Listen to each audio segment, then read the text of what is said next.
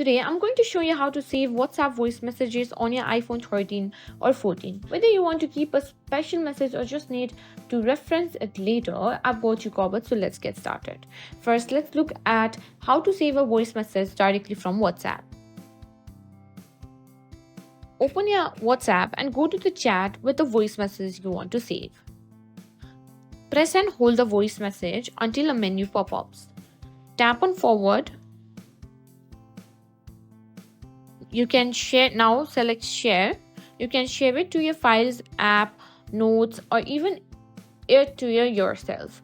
Choose a location in the files app where you want to save the audio, then tap save.